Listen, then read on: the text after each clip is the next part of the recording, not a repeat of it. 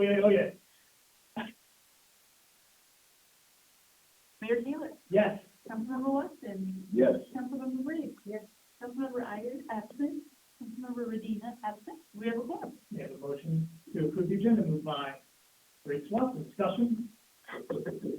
All in favor? Opposed? Agenda is approved. We have a motion to approve the minutes. Dr. Briggs, discussion? All in favor? Opposed? Minutes are approved. Unfinished business? Thank you, Mayor Taylor. I'd like to talk through some proposed changes to council rules. You have each with you a hard copy. With apologies to Dr. Stoltz, but I thought you would value a hard copy in this instance so that you can, I will walk you through the rules, but you might need some time to read the changes and digest them also. Sure. So, if it's okay with you, I'll just start walking through them now. Many changes are fixing grammar, clarifying things, because I think the council rules have been sporadically edited over time by different authors, so sometimes writing style inconsistencies arise, and it was never, I think, for a time looked at as a holistic document. So some of the changes are simply just making grammatical fixes and adding clarity. But then some changes are true substance clarifications based on the experiences that I've had in the past nearly 2 years that I've been here, and questions that have arisen by staff or from council. So based on that, our office undertook a project. We all collectively, all the attorneys collectively looked at the rules, consulted Robert Rules, had some internal debate, and these are our recommendations based on that. The first change is that the council rules are divided into sections. There's ethics rules, administrative rules, and then the very first section was just called rules. For clarity now, we're calling them meeting rules, so that when we're talking about council meetings, you know this is the section of rules that we're referring to. That's just a clarity thing. In Rule 2, it has been our practice for council to elect a mayor pro tem, but it was not addressed in the rules clearly. It was understood by implication, but we've made that explicit now, and that there will be a mayor pro tem, and that if the mayor pro tem is also not available, there will be an order of succession. So Rule 2 just clarifies that. Rule 3 has mostly grammatical fixes, except a question arose this year when we had when the UM won the national championship, and the national championship was scheduled on the day of the regular council meeting, and we knew that the public interest in attending both the meeting and viewing the championship would be high. So we had to have a special meeting of the council simply to postpone the meeting, which seemed a very inefficient use of resources for all staff concerned, for council members concerned. So to account for instances like that, to be able to move meetings for unforeseen events, we have made a slight change. Up to 2 times per calendar year, a meeting may be moved by written request of the mayor and 2 additional council members if they contact the city administrator and in consultation with the city administrator decide to move the meeting. We would still follow the processes for public notice, letting the public know the meeting is moving, but you won't have to all get together and vote simply to change the date of the meeting. We've limited that to 2 times per calendar year, simply to avoid any excess use of the provision. After that, yep. That makes sense. Actually, how would you like questions? Would you like Anything, this is great. Okay, this makes sense. I'm just speaking to a point in the distant future, and not any instance right now. This seems to suggest that as long as the mayor and 2 council members state that there's a reason for change, it doesn't say approval of the city administrator. So I'm just curious, like, how that plays out in a. That was deliberate because Okay. of your meeting. I know. But it says consultation with the city administrator. And if I may interrupt, any 3 members at any time can call. Okay. Thank you. Maybe. All right, this person. All right. Because you don't typically need approval of the city administrator. Yeah. That's You why need the majority to show up to do any business. Yes. Okay, very good. All right. And then if this needs to happen more than 2 times in a calendar year, then you will need a vote of the council and you would have to have a meeting to postpone it. Okay. So that's primarily the change to Rule 3. We also clarified throughout the rules, there was the word special session was used, which if you look at Robert's Rules of Order, session has a specific meaning. It refers to legislative sessions primarily, which we don't have legislative sessions, but the state legislature. So we just clarified that we're talking about special meetings, we're not talking about special sessions. We should leave work sessions the way it is because it is much used in parlance. Everybody understands what that is, so we actually didn't want to add to confusion. So work sessions remain the way they are, but special sessions have been renamed to special meetings. It just made more sense to us.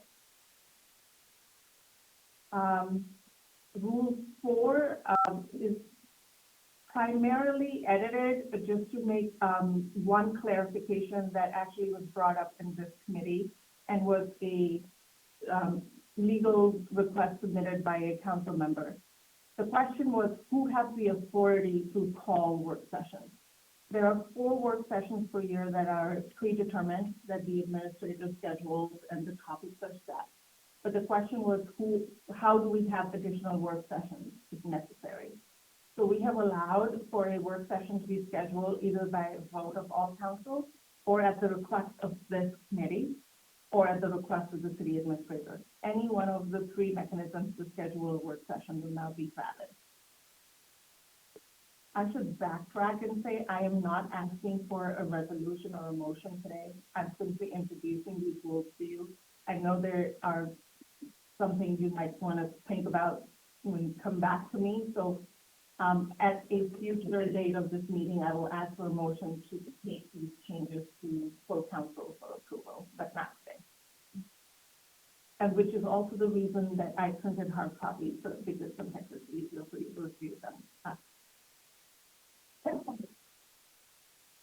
So that's work sessions. There's not much change to preparation of the agenda. That's part of meetings, and staff efficiency seems to be working quite well. The only change that we made was there was a sentence in here that said council shall strive to discuss complex litigation matters during special sessions. That has not been our practice. We discuss litigation in closed sessions. So just for the sake of clarity, we just clarified that. Under work sessions, we took away the provision that says that public commentary must begin no later than 8:45 p.m. As way of example, just last night, council needed some more time to ask questions, and we just wanted to clarify that there is no hard stop for council questions in work sessions before public commentary will begin.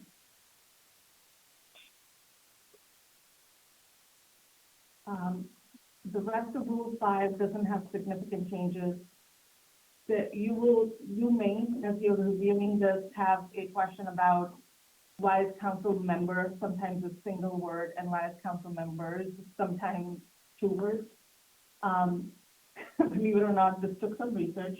A council member, when used as a title, so if I say council member Briggs, is a single word. Council members as a body, when I'm talking to all of you, it's 2 words. So you will notice that grammatical change. Or just, this is not something that was recommended for change, but I thought it might be a time to raise it. In special meetings, you have public commentary towards the end, and I wondered if there was any interest in moving that before business, since it's nice to have public commentary in form, if those are things that might get those. I think you will, I know it's something to think about. Feedback right now. And then, we're not at 5B yet, are we?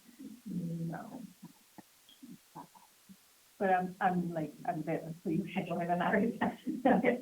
And then on 5B, I wondered, this wasn't recommended for change, but I was just curious if this had been discussed. The administrator shall provide answers to questions by 5 p.m. on Thursday. It seems really tight. I just wondered, personally, I'd be fine with getting things at 5 p.m. on Friday, but I don't know how others feel about that, but I just wondered how this is working on the staff side. It seems really tight to get things at sometimes Wednesday at noon and turn it around the next day. It's much better than it used to be. We used to receive them at 10 a.m. on the day of and have to rush around and get them done at 5 p.m. Before the meeting. But I really like it because 5 p.m. on Thursday is a lot better than 5 p.m. working for staff on a Friday. Okay, so it's working fine. I just wanted to read this. Okay, and then I think this might be a missing thing on that. At the end of that, council members shall submit all questions no later than 10 a.m. This is when there's, is there supposed to be a day there, 10 a.m. on? Yeah, there is. Okay.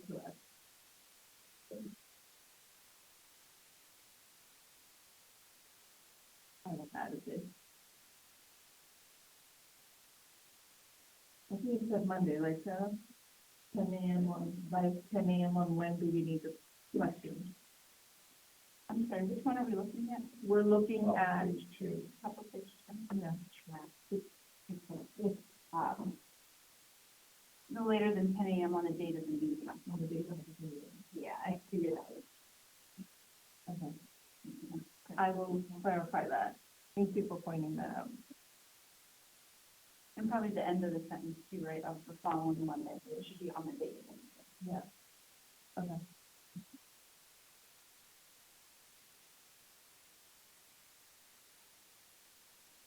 I didn't have much more to say about 5B because most of it is just clarifying language and syntax.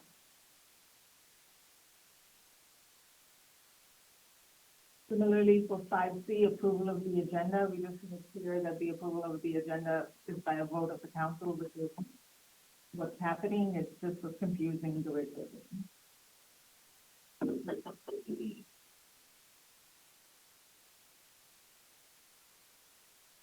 For agenda sections, we just clarified that unfinished business of council will be placed first, then new business proposed by council members, and then other business proposed.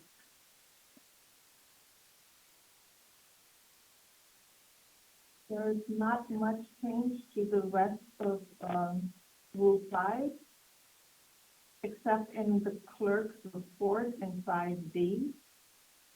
The way it was written, it could be misinterpreted. It's the way, the language could, in one interpretation, be read to say that as part of the clerk's report, if the commission sent a recommendation and you adopted the report, then you de facto adopted the recommendation.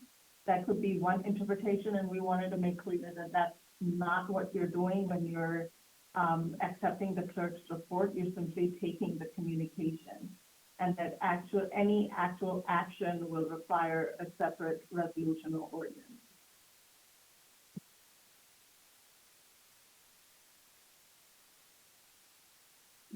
There's not much change to 5E, just clarifying that hard copies that are available to the public are off the agenda and not of the entire packet, which is the practice, is just clarifying that.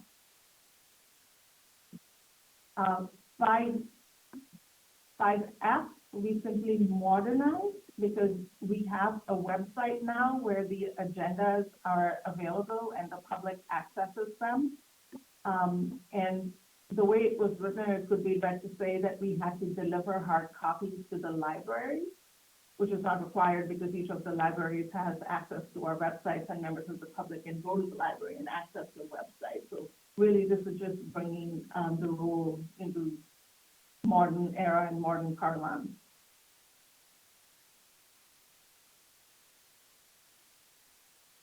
Rule 6, not much to change there. Rule 7 had actually previously been changed by the council. The more substantive change to Rule 7 is that when there are more than 30 public speakers signed up to speak at a council meeting, Doesn't matter the order of the priority group that they're placed in, but each speaker shall have 2 minutes instead of 3 minutes, just to make sure that the public can actually get home at a decent hour, but each person on that time be able to say what they want to say. One effect of this will be that the 45 minutes that are allocated up front, more people will be able to speak in the 45 minutes up front.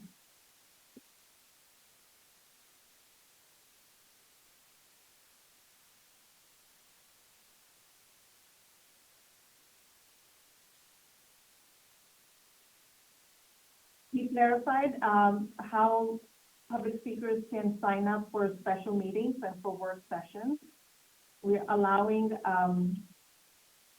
people to sign up with the clerk for 10 business hours prior to the meeting, but their sign up ends 2 business hours prior to the meeting. So they have a totality of 8 business hours prior to the meeting to sign up. We didn't put hours of the day because special meetings don't necessarily have to be at 7 p.m. So we just did it by hours instead of saying at 5 p.m. What if a special meeting is at noon? Then it's business hours, so it'll be the day previous. No, thank you. Almost like you thought about. Try to. This is a change that I don't love, because we don't currently require sign-up for special sessions or public or work sessions, right? Yeah, and I think I'm happy to hear other perspectives on this. But a lot of times what we're work sessions are times where council's learning and the public is learning. And so I would expect that you might not have a comment until you've learned something, like asking somebody to sign up 12 hours or whatever, sign up in advance. Seems unnecessary, especially given how many folks are typically present on that special session, at work sessions at least. So I'm just bringing it up because as a piece to think about that. Special sessions, perhaps those can be passed, depending on the issue at hand. So I could see some more logic on that potentially, but work sessions, I think that's a place for learning for us in the community. I think there are other thoughts. I mean, for my part, I'm okay with the change, recognizing that everybody's learning at once. There are plenty of opportunities at the, during the public comment on the work session, but also plenty of opportunities thereafter, both at public comment at a subsequent meeting, for folks who have views as to what we heard at the work session, who want to communicate those to us there and then. So it's not it is neither the last time that folks will have the opportunity to engage, nor is it, and further, it is far distant from any point of action. And I guess I'd also say practice, it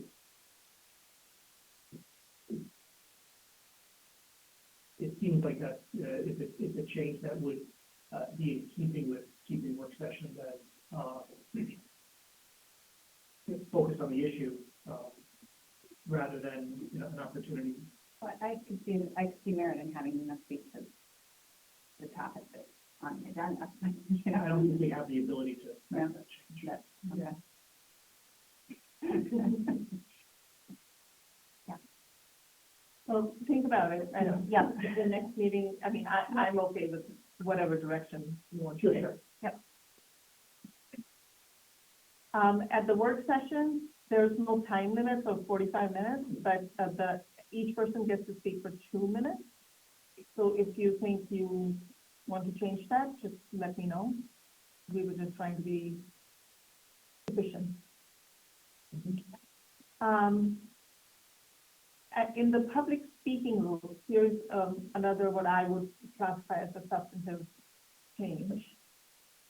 We have heard from some members of the public that they are disconcerted when they are speaking on a topic that is important to them, but there is signage of other people's interests in their immediate personal space. So in order to account for people's personal space and their opportunity to be seen by themselves, by council, we are allowing in the rules for the administrator to designate and mark a certain area around the podium inside which other people or other items may not be present, except for the speaker and his or her items or signs. So that's what I would call one substantive change. I have a question about that. Yeah. So can that space be large enough that it prevents somebody's sign from being in the screen, in the picture? I actually looked into that. You did? And based on our camera technology, I don't think we have the ability to, I was told that the lens can't be tight enough. Okay. That's what I was told. I had heard talk of improving that technology at some point. It's queued up to happen soon, Good. but all the technology's gonna be redone, all of the screens are gonna be replaced. But it still comes back to, from the front, how much can you zoom in on somebody? Yeah. Versus screening out other stuff. I guess we'll see when it's put up there. It seems like there's some limitations to what the pan looks like. Could we, okay, now I'm really thinking here.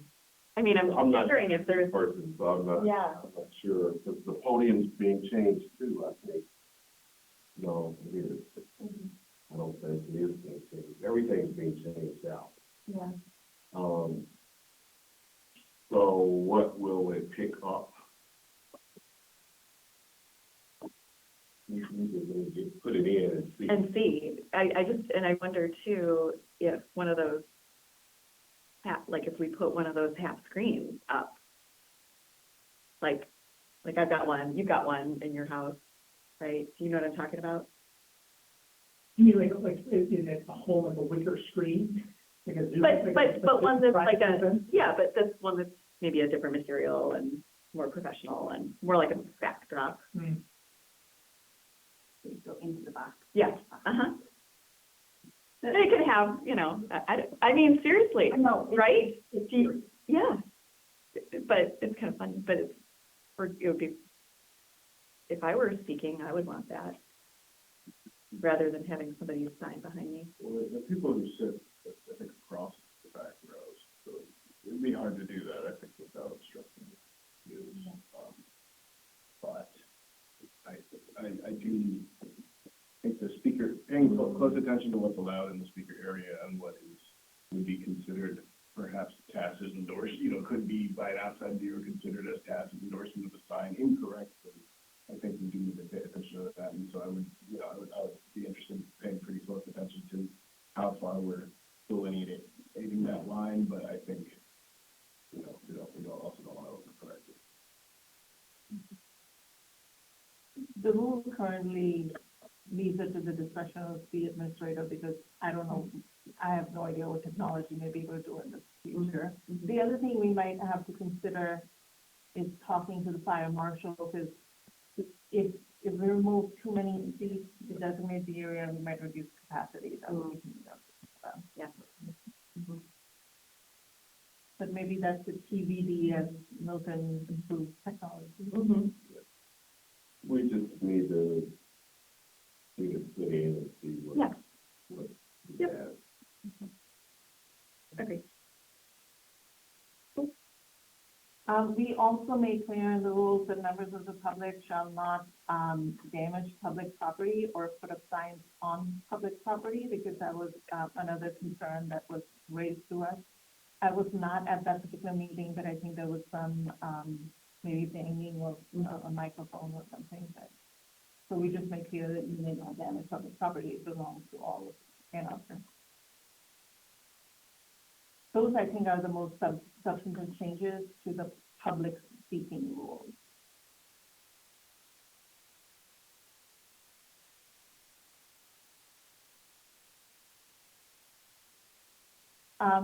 Another question that has come up in the time period that I've been here is how is, Before we move on. Yeah.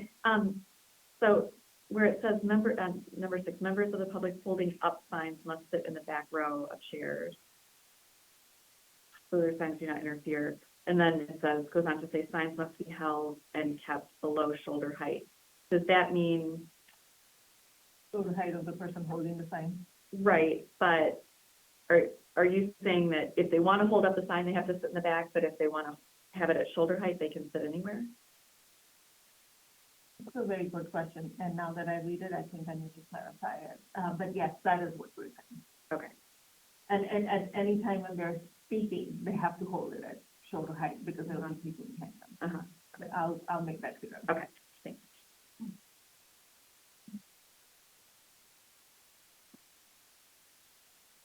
If you want to make it so that it's always shoulder height, no matter where you sit, that's under the law, that's okay. Even in the back row, Yeah, I have no problem. I mean, I that's, understand that that's I hear that that's an option. but okay, I'll leave it the way it was intended then. Which is that if you sit in the back row and you want to hold it up, You want to hold it up, you have to sit in the back back row. row. Otherwise, your signs must be shoulder level. Yes.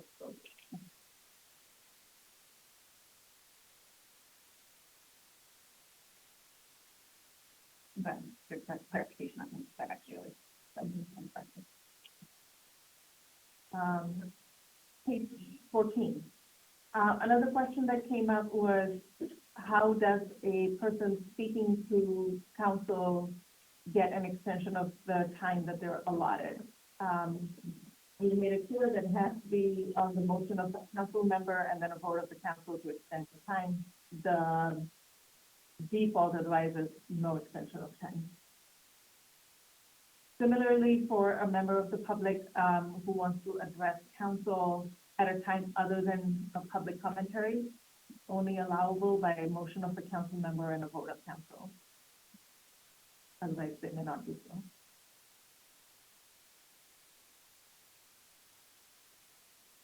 So. Yeah. When we have a situation that somebody gets more time. I remember at least one instance when I was in a meeting and a member speaking at the podium, his time expired and he said, "Can I have more time?" He asked, "Can I have more time?" And there was no clarity in how to address that, but this rule hopefully makes clear that in order to get more time, a member of council must move to give him more time or her to get more time, and then there must be a vote. And there have been other times in meetings where somebody's just sort of raised a hand while sitting and wanting to speak at a time that's not public comment. That has happened. I've actually had something. Long time ago, Steve Coachman called me out of the audience. She was very like. I remember that. I was really uncomfortable. I was like, Mhm. not funny this week on this many. Anyway. The only issue is that it's a precedent setting move. So I'm gonna give you 10 minutes. Mhm. So either you're compelling in what you're saying, or we like you, or whatever.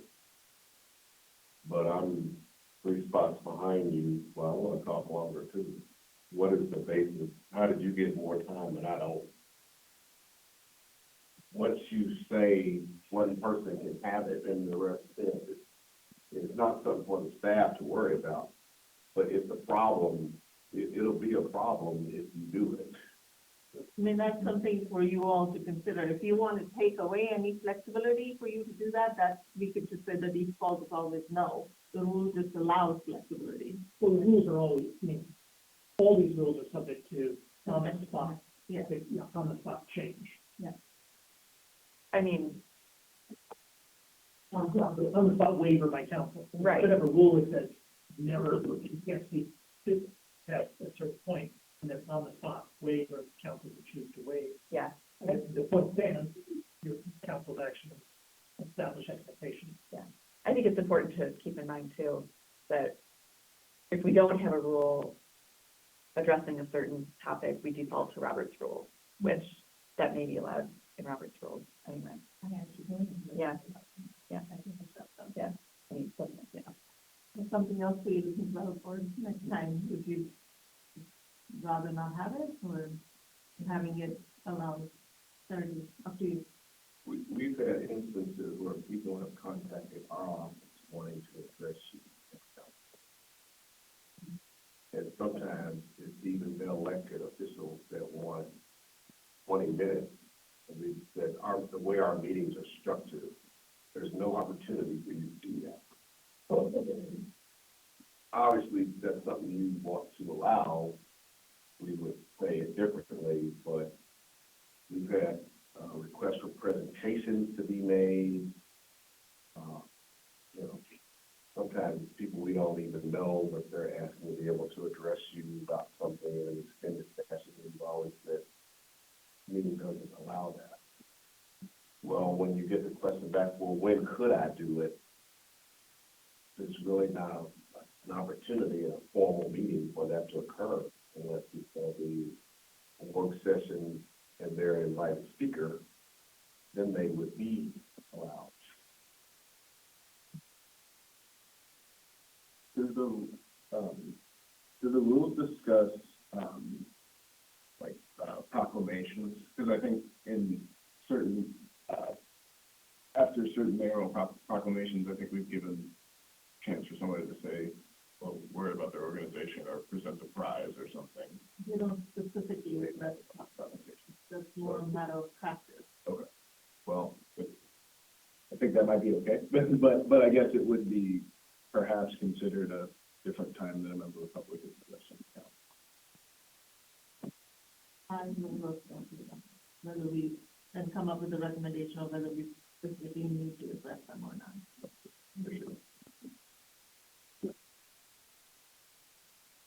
Ready to move? Yeah.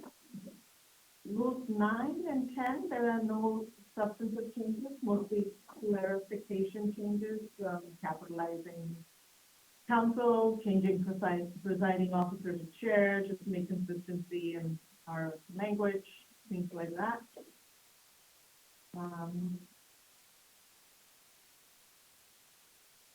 Toward the end of Rule 10, there is a substantive clarification, more in keeping with practice. We just clarified, this rule, I think, was one of those that had been amended sort of ad hoc as situations had come up. I think we understood the intent of the rule and just rewrote it to make clear. I think the intent was that during a council meeting, council members should not be emailing or texting each other about about matters for discussion on the agenda. So we just explicitly stated that you should not be having electronic communications with each other about items on the agenda. If you have draft motions or draft resolutions and amendments that sometimes happen, you will send them to the city clerk, who will then share it with all of council. So we just kind of just made that clear instead of any confusion. We did allow for council members to have very limited, necessary, immediate personal matter communication. I mean, you might get a text from your partner or your child or a friend who might be in need. I think it's okay to send a text. Previously, the rules would have had you step outside to send a text message. We've allowed for very limited electronic communications or personal matters. I think those are the substantive changes. Already, electronic communications that were being received by council were to be included in the minutes. If they pertain to the agenda, that doesn't change. They shall still continue to be included. I'm sorry, if they pertain to the agenda? Yes. Okay. Is that all we have been including? I feel like we've been including all communication to council members. Which I actually don't think is great, because if I'm a resident and I happened to email a council Yeah. member during a meeting about something, and now all of a sudden my email by default is made public. I'll check with Jackie, but actually, that's not something I changed. Right, That's how the rule was Yeah. already written. right, and it was something I was gonna bring up, Yeah, okay. because I don't think it makes sense. Because the rule already said electronic communications received by council members that clearly do not relate to the subject matter of that meeting will not be included. I didn't change that part, so I will clarify that with Jackie. Okay.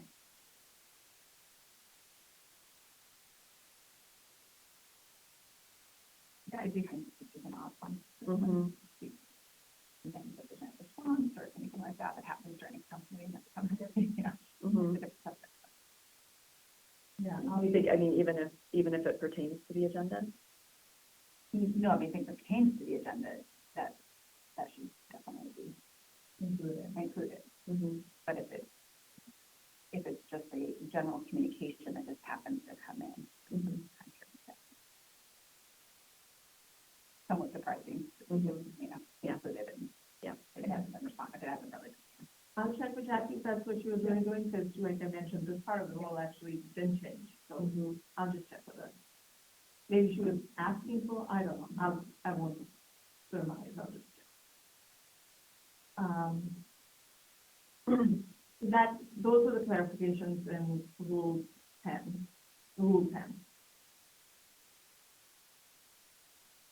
There's not much change in the personal privilege and character attack, just mostly syntax change, nothing substantive.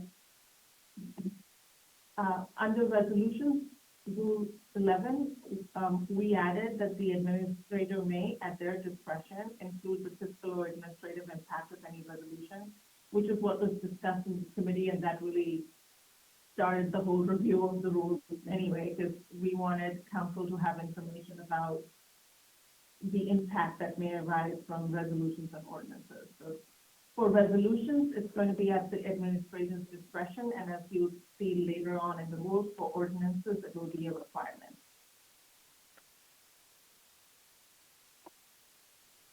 Rule 12, motion to lay on the table, mostly just change some grammar things, but also added that if a resolution has been tabled for 6 months, it's considered abandoned and must be introduced again to be considered.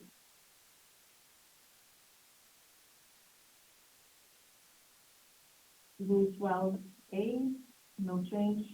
Rule 13, only syntax change. This is the rule about reconsideration of questions. The rule has always been and continues to be that a council member on the prevailing side may move to reconsider at the next regular meeting, but it shall only be considered once. That was always the rule. We clarified the language. Friendly amendments, not much change, just grammar clarifying that a council member can object to a friendly amendment. Rule 15, this is about ordinances, and this is where the change that I just spoke about is. Specifically, it states a council member wishing to introduce an ordinance shall first consult with the city administrator and city attorney regarding the feasibility of the ordinance. An ordinance shall not be introduced at first reading until the city administrator has been given the opportunity to provide council with a report of fiscal, staffing, and other impacts to city operations. I hope that's okay, because that's what prompted the whole discussion in the first place. I just have a question around this. Yes. Practically makes sense. But given the opportunity, that doesn't provide a time frame, and so I'm just curious what that looks like in terms of,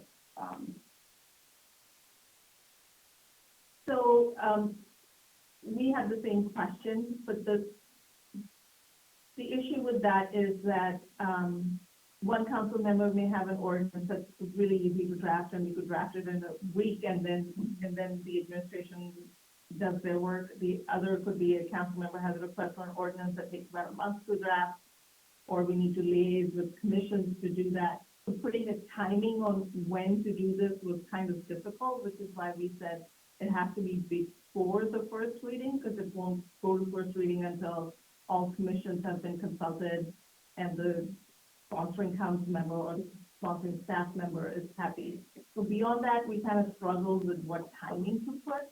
But if you can think of or if Milton, you can think of a better way to define timing, I'm all ears, because we actually struggle with this a little bit. I mean, I don't have immediate concerns, I just feel like there's a challenge here that where council potentially would be in the position of not being able to move forward business at some point in time because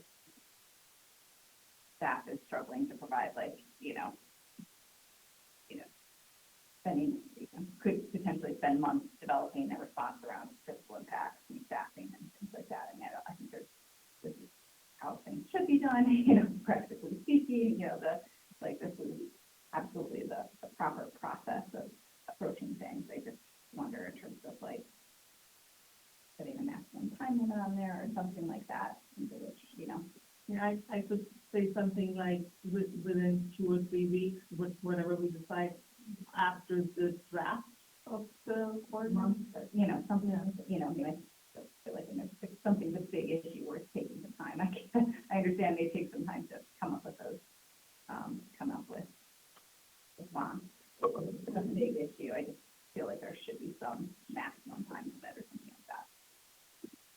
I don't have any issue with whatever the time frame is, because if it's information we're gleaning from somewhere else and we can't get it, I'm just gonna send the communication to all of you saying, hey, we're not able to get this until X.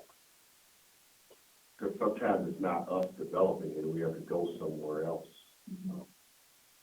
So as long as the communication is flowing and the council knows what's going on, things like a big response.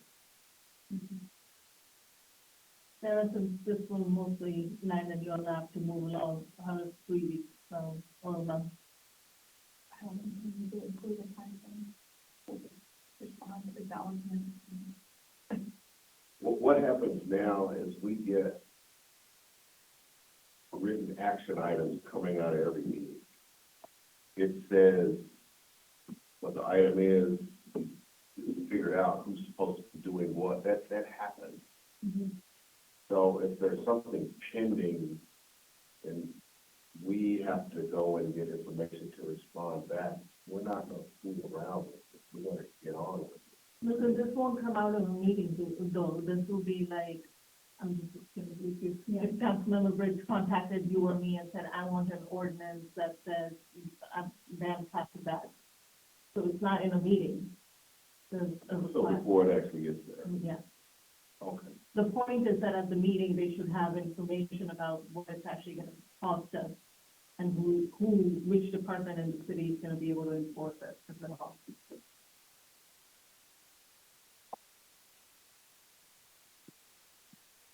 That's a little more difficult.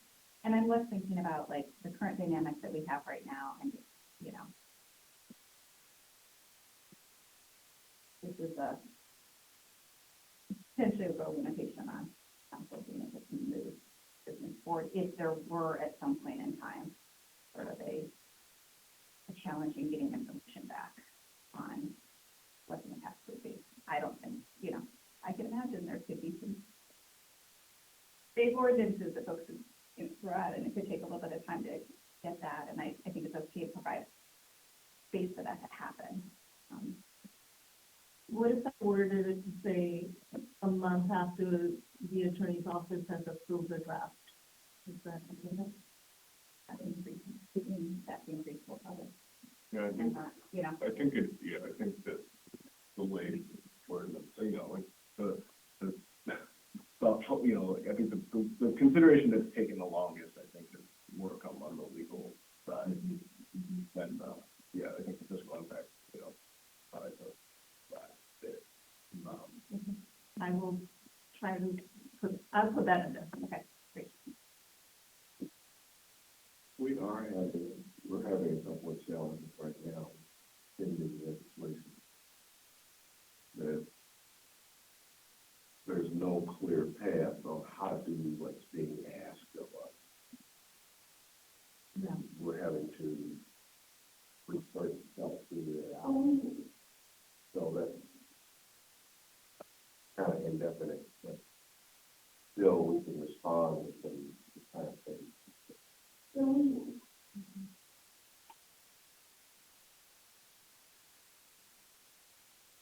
imagine a sharply worded.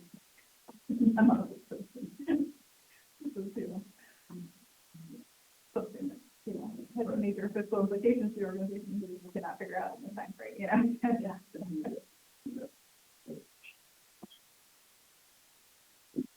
Um, we moved Rule 16 was a separate rule, but we just coupled it with ordinances because it made sense. We were talking about ordinances. And it basically says that if an ordinance has passed at first reading, but has not been brought back for a second reading within 6 months of the first reading, then it must be reintroduced to give the public, an understanding.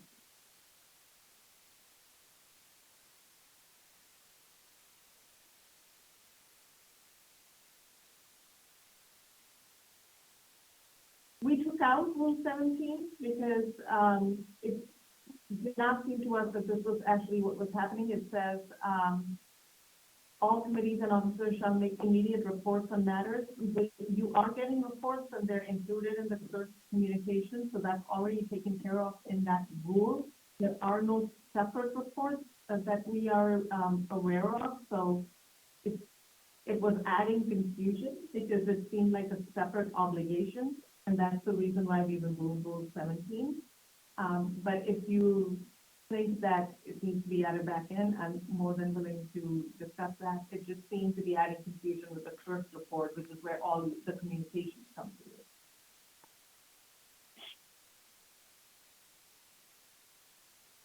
Rule 18 is only removed here because, like I said, we are talking about meeting-specific rules right now, and this rule said council members shall use the city's email for their electronic communications. It's only removed in this section, but later on in the document, it is in the administrative rules section. So their obligations still exist, but it didn't pertain to meetings necessarily, so it was removed from this section. The new Rule 16 talks about how the rules may be amended. There's not much substantive change here. Same amendment rules apply, just added some grammatical corrections. Suspension of meeting rules, which is something that Mayor Taylor just recently brought up. The rules have not changed. It's basically the same rules, it's clarified. Parliamentary procedure rule, new Rule 18 doesn't change, clarifies that when there is a gap in our rules, the Robert's rules apply. And those, I think, are the most substantive changes in the rules. There are, in the rest of the section of the rules, you will see changes, but they're pretty much all grammatical, except for the email rule you will now see under administrative rules.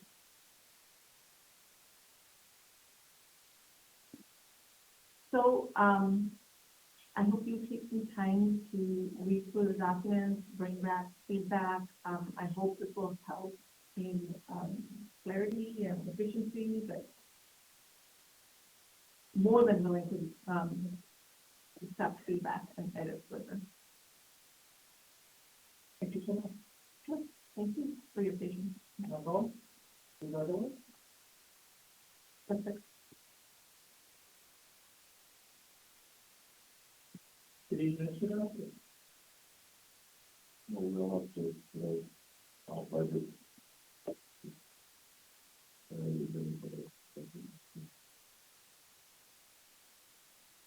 Something else really good for City attorney. No further updates. Thank you. Upcoming information, is there information on upcoming business?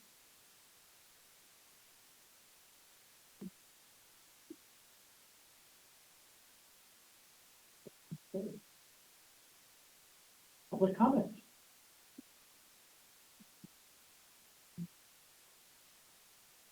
My issue is that the public has elected the mayor and council members to set policy and to set the budget, yet staff continue to set policy, provide incorrect information to council members, and this is not being checked. and we are going backwards in terms of some of the improvements that were made when I was on council. I'd just like to read an A2 ticket regarding a streetlight outage. Thank you for your A2 request. Your request is important to us, and we will prioritize and address it based on overall availability of city resources. Illumination is not something that we prioritize based on what money we have left after we redo council chambers or whatever we're up to. The other thing is a response. As this streetlight is owned and maintained by DTE, the city of Ann Arbor is unable to fulfill your request. However, we have submitted the issue to DTE on your behalf. Your DTE confirmation number is XXX.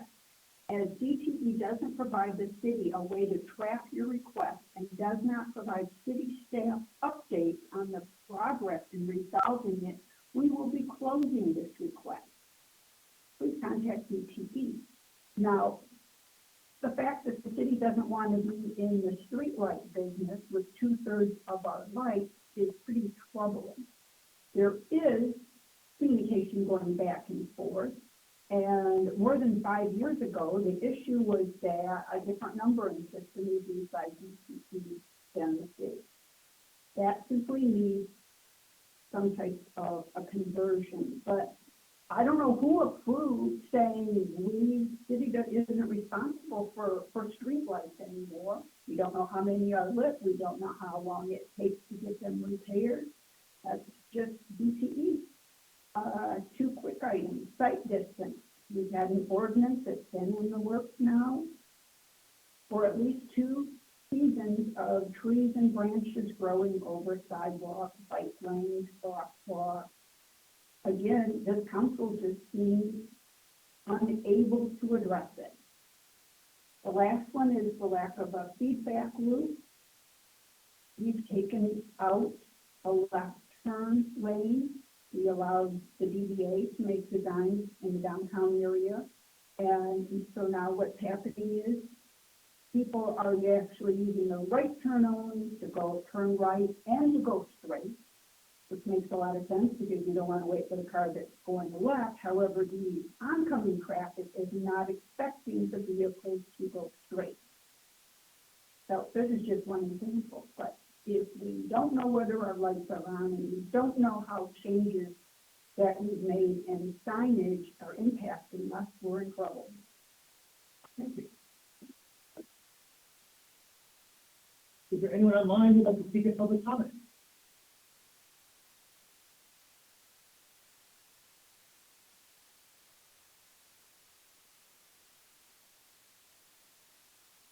Seeing no one, public comment is closed. Can I motion to adjourn?